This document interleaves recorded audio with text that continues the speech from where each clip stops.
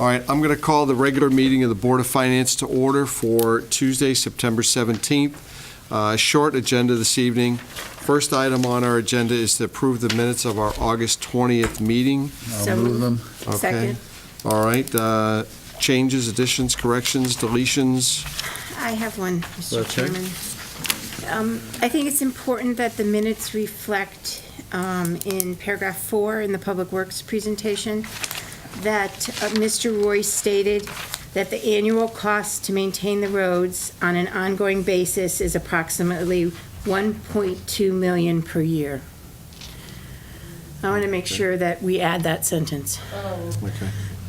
I did confirm that with Tom, because we had a discussion about what he had said, and I did confirm that was the number, so. I'm sorry, you want to add? I want to add the following sentence. Mr. Roy stated that the annual cost to maintain the roads on an ongoing basis is approximately $1.2 million per year. And right now, this doesn't have to go on the record, but right now, we're spending about $650. Exactly. Right. That's why I want to make sure we reflect it. Okay. Well, it's a material item on our discussion, so. Okay. Any other changes? All those in favor say aye. Aye. Okay, those are taken care of. Next item on our agenda is proposed additional services by the town auditor. If you recall, in our last meeting, we had a lengthy discussion around the suggestion that we approved additional agreed-upon services. I know Mr. Askham had been suggesting this for quite a while.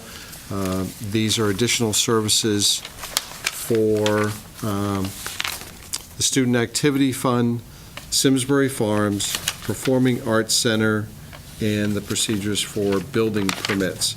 And the Cliff Notes version is that since these areas have a lot of cash receipts and cash disbursements, that it made sense to look at those because they're not a normal part of the annual audit.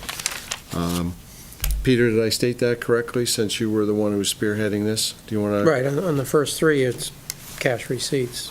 On the last one, it's Process. just a process of, from permit to assessment. So And subsequent on that, I think Burke made some recommendations that we talked to the auditors on this, see, they're talking about tracing on at least student activity funds, all receipts over 2,500. There's a fair amount of those.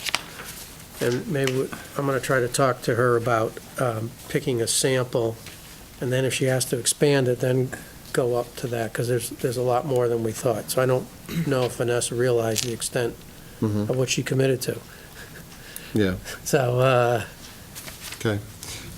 also might not be, worth it. If we got the time, we could. A lot of it is if you find something, then you might have to expand. If you don't find anything, then you don't find anything. You just get Right, recommendations. So, Okay. now this went to the Board of Selectmen. Did it also went to the Board of Ed as well? Yeah, in your package, there's a letter from Tom Cook stating that the Board of Selectmen was in support of this. In addition, there was an item from Burke saying that the superintendent and the Board of Education are in agreement with this as well. Burke, did I state that correctly? Okay, so I think we've got the authorizations to go ahead and do this. My understanding, this is a 1 year, we'll do this for 1 year. And 1 year. then maybe see if we want to go further, or. Right. But this, we're not building something permanently in the budget. Correct. And it's $14,900 was the quote, and the Board of Selectmen had requested that this, since this wasn't part of the budget, that the costs come out of the General Reserve Fund. So once this is done, then Marianne will get a request to have a transfer from the General Reserve Fund. Is that correct? Yeah, well, they've already approved the request, so we can, Okay, so you can do it whenever you want, but you usually don't do anything until after January 1. right. from that reserve fund. So we can go ahead and get this done. Right. And then after January 1, we'll authorize the final expenditure, because we won't have an invoice from Yeah. her till after that anyway. You won't have an invoice, and it included their expenses. 14.9 was just for the audit, but they do have expenses that they will incur. Yeah, So- okay, so we'll have a whole package. Yeah. Okay, And they'll do it this fall? They'll do it along with the audit, doesn't matter. Once I sign off on the paperwork, this has been approved, once it's approved by this board, I sign off on it and send it to them, and they'll start the process. you need a specific motion from us? Just to approve that you're going forward with the additional services, that's all. Okay. Peter, you want to make that motion? Chair, I make the motion that we, let me tell you what here, that we approve the agreed-upon procedures, letter dated July 15, 2013, from Bloom Shapiro, with all attachments, and that's it. Okay. And you want to add something about just taking it out of general reserve fund at the appropriate time? And that'd be funded from reserve fund when we can legally do it. Great. Okay, super. Second. Any further discussion? All those in favor say aye. Aye. Okay. And Peter, thanks again for spearheading this. And Paul, just a thought on that. It would seem that when we find out what we learn from this, it might even be that there's other areas to look at in this. If we ever want to do this again, it might not even be these same areas.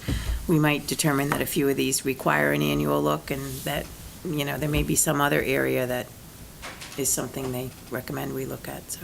What? We're picking on the high visibility ones. Yeah. We Start are with to those start first. with, that's Yeah. right. I think it'd be worthwhile, sometimes you just sit down with the auditors and have a discussion as to what their opinion is, because they see a lot of towns, Right. and just sit down what other areas they recommend. So it can't hurt to talk to them. Yep. Okay. All right, third item is to request to establish a special revenue fund, receipt from funds from the Hartford regarding the charrette. There was a memo in your package dated September 11th from Tom Cook, suggesting that the Board of Selectmen had approved the creation of a special revenue fund for the sole purpose of receiving funds in the amount of $145,000 from the Hartford to fund the land use study with respect to its property at 200 Hot Meadow. This was just, the rest of it is all just confirming that. So what we would need would be a motion to create a special revenue fund for this one-time receipt of funds. I'll move it in the amount of $175,000. That includes the $145 from the Hartford as well as the $30,000 that's budgeted by the town. Okay. Do I have a second? Second. Paul, I need to Discussion. recuse myself from this because of my employment with the Hartford. I think it would be more appropriate for me not to participate. Okay. Question. So we're going to put our 30 in, they're going to put their 145 in? Well, I think we want to see the 175 flow through this fund. Flow through the I mean, fund, that's how it's gonna work? basically all Okay, we're so saying. talking All to we're flow, saying. okay. Just keeps it cleaner, right? Let's say it comes in at, well, I guess you have a contract, so it can't be any cheaper? No. It can't be any cheaper, but it can't be any more. We'll see, we're gonna ask them to come back and present when we have some interested people in the Hartford. So they were gonna stay an extra day, but we're gonna take that money and have them come back when we have someone interested. So it's the same amount of money, we're just gonna stretch it out and have more service. But it's capped at 175. Yeah, and if anything gets left over at the tail end of this thing, it's just going to go back into the, Exactly. Right. Okay. All those in favor, say aye. aye. Barbara's recusing herself. Okay, that is done. Update, next item on our agenda is update on school safety measures. Burke. Been working throughout the summer to get our plan and recommendations moving. And in terms of the status, we're gonna be meeting with our Board of Ed on Tuesday. I'm gonna go over that list with them in executive session, just to kind of give them, you know, a little bit more detailed view. But we would be looking at the to-be-determined, you know, capital funding that would be, we would be able to do the recommended items within that same level that you had approved for the locks, the 177. 177. So that's really the order of magnitude. It would not exceed that. So our goal then would be to have the conversation with the three boards like we talked about, get something scheduled shortly thereafter. I mean, I would be thinking probably early October, and the school office location at Henry James and Squadron Line have been in our capital plan and have been those other items that relate to school security. So obviously that figure for the to be determined is for smaller measures outside of that. So I think the focus would be to kind of get a conversation around security to include those, you know, those larger items also as a good start up to our, you know, to our CIP conversations for the upcoming year. Okay. Is there a possibility we're going to get some reimbursement from the state for the money we spent? That is what we're hoping to hear about, I guess, in thanks to Senator Bukosta's office and Peter putting me in touch with them. We do understand that a time frame has been suggested that we should hear something within the next several weeks. So that would be helpful with our closing of our fiscal year, and would be good news to kind of start off the conversation. Good. Okay. Any further questions for Brooke? As I think I stated before, we have a reimbursement rate if we are successful in that first round of 40% of our $125,000 lock project. That would be what we'd be eligible for. Every penny helps. It does. Absolutely. Okay, good. And we'll be having the security consultant should be coming back to do some training and some work this fall, and we're getting that lined up and continue to work with our local incident management groups and you know try to keep focusing on training. Yeah, it's very important. Glad to hear that. Okay. Mary? I just wanted to add, on the town side, we have KERMA coming in on Thursday to perform a free audit on the public buildings. And so we'll be meeting with them. We had asked for some funding to do a security audit, and that we didn't get the funding. It was postponed, and so we went out and found that KERMA will do a free audit, so we'll be doing that on Thursday. So we hope to coordinate with the schools so that the timing of any improvements on either the public buildings or school buildings will be at the same time. Good. And will some of that come back to the insurance committee sometime in the future? Yeah, when we'll meet Thursday to find out the time frame for the KERMA audit, and then we'll report back the results of that. Good. Okay. Any further discussion on that? Okay, next item is correspondence. I only have one thing, and that's really, I asked Mary Ann to you have this, right? Put together some comments regarding GASB 67 and 68, regarding some changes that are going on, changes in statements 67 and statements in 68. Almost sounds like a song, but anyway. So, Mary Ann, I guess you and Peter are more familiar with this, and Debbie as well. If you want to just give us a brief overview regarding what's here, we can go through this.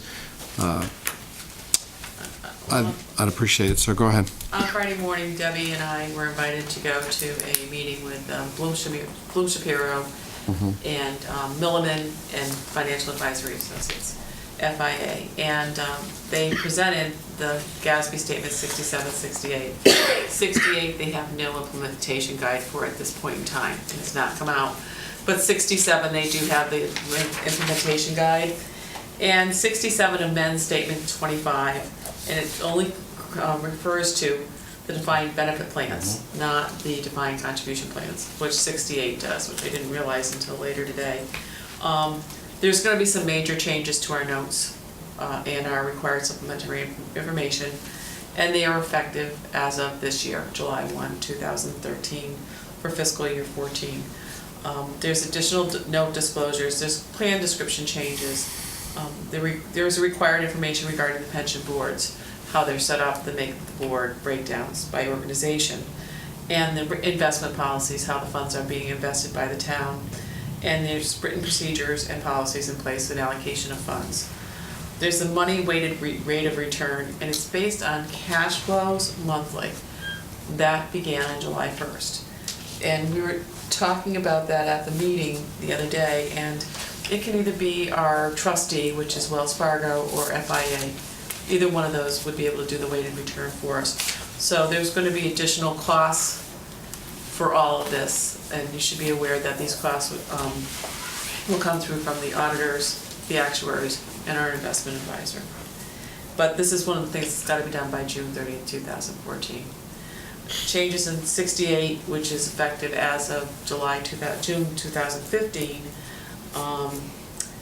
is it amends statement 27, and it includes defined contribution plans administered through a trust, and I believe we are administering through a trust, the DB plan, correct?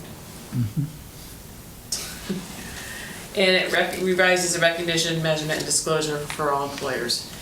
There's the difference is that 68 is the financial statements, and there's a proportional share of the plan. That is only the teacher's retirement, because we do not have control of that plan. That's the state, so they have to give us the information. We can do the information for the Board of Ed, the general government, and the police plans, but we can't do the proportional plan for teacher's retirement. And there's a schedule of current year changes in the net pension liability, the measurement date, and the actuarial date of the valuation, and the disclosures on the recognition of pension expenses. These do not include the benefits paid. They're not considered part of the inflows and outflows, so they're not considered part of the expenses. There's 10-year schedules, net pension liability by source, schedule of components of the net pension liability and related ratios, and schedule of actuarial determined contributions. So even though you give your annual required contribution, that's what the actuary says you're paying. And most communities do that, but there's a percentage, there's a ratio thing. If I'm correct, Debbie, when I was listening to them, they said that if you're doing the annual required contribution that's actuarially, you don't have to do it all the time, but if you decide to vary it, like say 1 year you're going to give less and the next year you're going to give more, they're going to want to see that information. If we like the town of Simsbury doesn't have that issue, so it's not going to be as What are the costs related to? It just sounds like it's just adjustments of what they've been doing before. The additional calculations that are Additional. required. Any idea what that would be? A lot of what's going to happen here is, right now, we have disclosures in the back and the footnotes. Page 50 or wherever it is. Now it's going to be on the balance sheet, the liability. Right. Now, the liability in the back, you have an actuarial value of your assets. I believe GAAP or GASB's going to be fair value. So if the actuary smooths it, we won't for the accounting. It is what it is. So your liability is what it is. So what happens is, right now, if you do a smoothing, that number doesn't move too much. If all of a sudden we have a market drop of 50%, your liability is going to go right up. And your pension cost you'll get sticker shock there on that. Right. But yet you're actuarially still paying what you're paying, because they're going to still calculate it that way. But accounting principles are just going to go, here's what's happening, no smoothing, nothing, there's only certain methods allowed. So it's basically just more disclosure. More disclosure. What it is we have that top statement when you first go, and nobody really looks at it, Right. that has everything rolled up into one. Well, if you looked at our pension obligation, we have about a $12, $13 million liability in the footnotes on an actuarial basis. I think on a fair value basis, it might be a little lower, so we have less of a liability. But that's before we changed our assumptions, so that number is, I'm curious to see what it looks like. we had about $28 million of value or equity in our financial in the top statement if you looked at the last report. So half of it will be going away when we put this in the balance sheet. Now, OPEB is not in here, No, it's not included in there. and We don't. right now, want there's it. no OPEB, so we don't have to put the OPEB liability on, but we got to put the Yeah. pension one on. How you like that, huh? Aren't we Why is consider- that? Because they haven't gotten around to it. They'll get to it. That'll be next. Paul, Becky did say that they're working on boilerplating, these things. Some of these things, so that we'll they be, can- So yeah. that they can come up with a finite cost that they can say it's gonna cost this much for us to do these additional things. Right. But the actuary has to do some more work. That's what they Yeah. were saying. They have to do some more calculations. They don't want the early implementers to bear the brunt of the initial cost, so they're trying to front-end their boilerplating. So we don't anticipate that Milliman's going to have any problem with this, do we? No, No. No. it's just the cost. The implementation guideline, I don't think there's anything magical in there. It's, It's just a lot of numbers Right. coming from a lot of different places. Right. well, they are now, it's just that Yeah. you got to go find them in a few Yeah. pages. It'll be Yeah. more easier to find. But the rating guys look at it right now. I mean, they put that debt on there right now, so they take that debt and put it on. Right. So now they won't have to do that. We're just saving them some time. Well, the biggest problem, Well, in actuality, they are looking at that, and I've been reading about the ratings too, because how it's gonna affect the cities and towns. And, Standard & Poor's is just coming out with their analysis at this point in time in regards to this. Moody's has come out. I don't think that Simsbury is gonna have a problem with this because of the fact that you are funding to the actuarial, what you're supposed to be funding to. So you are doing your funding, and even though you're under 80%, and you've changed your rate of return, I think they're gonna look at as positives to the town of Simsbury. So if your liability is going up as you lowered your interest rate of return. I think that definitely, well, we've had Becky here a number of times over the last, 12 to 15 months. We moved that interest rate assumption as part of her recommendation, so I don't anticipate we would have any problem with that at all. I mean, we're fairly conservative in what we've been doing, so it shouldn't be an issue for us at We all. will have problems if somebody has not funded another town, Yes. what the actuary said. Oh, yeah. Right, There's going to be a different rate, Mhm. return rate used Yes. than correct, like our 7. Right. And they're going to use like a 3 or a 4. Yeah. right. So if they've been shorting what they should have been paying, they're the ones that are going to have an enormous Wow, it's liability. gonna go Yeah. that different from Yeah. 7 Yes. Yeah. to 4? It's Well, gonna be that's huge. the Hooker and Holcomb study we did with the DBs, they were down in the 4s, Right. Yeah. so. That's why we agreed every year we would look at that number and see whether we had to back it down, in small increments, so it's not sticker shock to the two boards. But it's going to be an issue we're going to have But to. here's what look at. happens. The actuary right now uses the smoothing method. So let's say the market goes up 20%. They're only going to recognize a certain piece of that in when they figure your unfunded obligation. If they went on the actual value or fair value standard, Get it all. you'd get a little better benefit. Now, that's nice when it's going up. When it's going down, Right. it smooths out so you don't get sticker shock, because of all of a sudden, the funds went down 40%, your next year's contribution goes through the roof if they didn't do smoothing. So actuarially, they kind of make it easier to budget. I'm not sure long-term, just short-term solves the problem, but long-term, I don't know if it does any favors. I mean, that's why you got to get the right number in there, try whatever that right number is, it's because you don't know. The right number is a moving target, so. Well, the other thing is, too, we're moving to a defined contribution plan for some new employees. I think that's going to help. I mean, that's not a big over time. That's a long-term, but it's the right approach to take. And, 15, 20 years from now, it'll have a much greater impact than we have right now in the defined. You want to save a lot of money, you just go to a defined contribution plan, then all this stuff goes away. It's real No, simple. it doesn't have to do with the 68, by the way. Yeah, but your contributions, it is what it is, and that's it. Well, that's when There's you no deal more with unions. liability. It's not quite just to say, here it is. It's not like in the private sector without a union. I can see being the biggest problem with this is waiting for the state plan, the teacher's retirement information to get to us so that it can be included. Just just. Oh, you mean the $5 billion of Yeah. underfunding that Well, they've had for the I don't last? care what, I don't yeah. care what the number is. I mean, Well, I kinda do. I could literally see them saying, we're not going to do this. And so they don't provide any of the information that we need. They're gonna And provide it us just with- sits and, They don't fund their plan now. What will I happen, mean, Nick, the is- state, the legislature just, I understand. There's a Actually, six-month- the So what? retirement plan is actually in better shape than the other The retirement. other plan. one. Yeah. it is, That and that's was- the sad thing. That was required. That's the sad thing. I mean, they're at about 45%, 50% funding, and then the state's even worse. Yeah, but you know what, But over but they're, time, you have to- but they're at 8%, is it 8 or 8.25, Mary, with the state treasurer was telling us? They reduced from 8.5 to 8.25, so that's what their investment rate of return is. Just one other thing to put on your radar, CCM is also looking at the impact of the national health care policy on the OPEB liabilities. I think in Detroit, they're trying to argue that because health care is now available for retirees, it's not an obligation that the communities have to carry any longer. So we're watching that very closely to see what happens there, because that obviously would have a big impact on our budgeting and what we're funding. So we'll keep you posted if that changes. Will we have any impact when it gets implemented, Obamacare, as far as the Affordable Health Care Act, as far as paying a penalty or anything? Will we have? Did we, I a believe study? we did I say? It doesn't affect us because we have our own health care. You know, it does, we actually But- do. It increased at like about a 0.5% increase on our, Yeah. in this fiscal year. In our rate setting for this year. Right. Yeah, No, but I mean, remember we had a but discussion. We're a about large it. employer. When the large employers kick in, if you provide too much health insurance, you get Oh, yeah. penalized.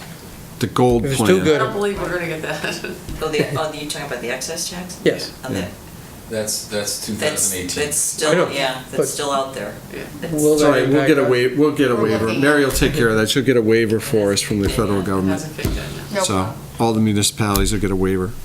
That's where I see that something's going to kick us there. Yeah.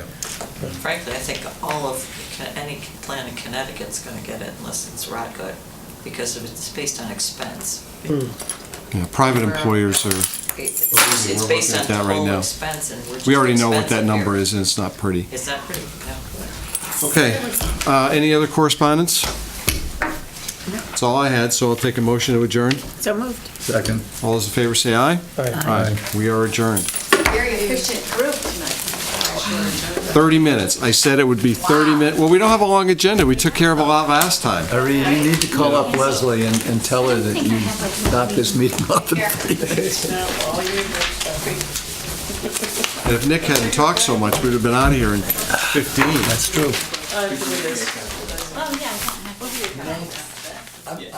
I'm waiting to see whether Ray's going to be around when some of these changes.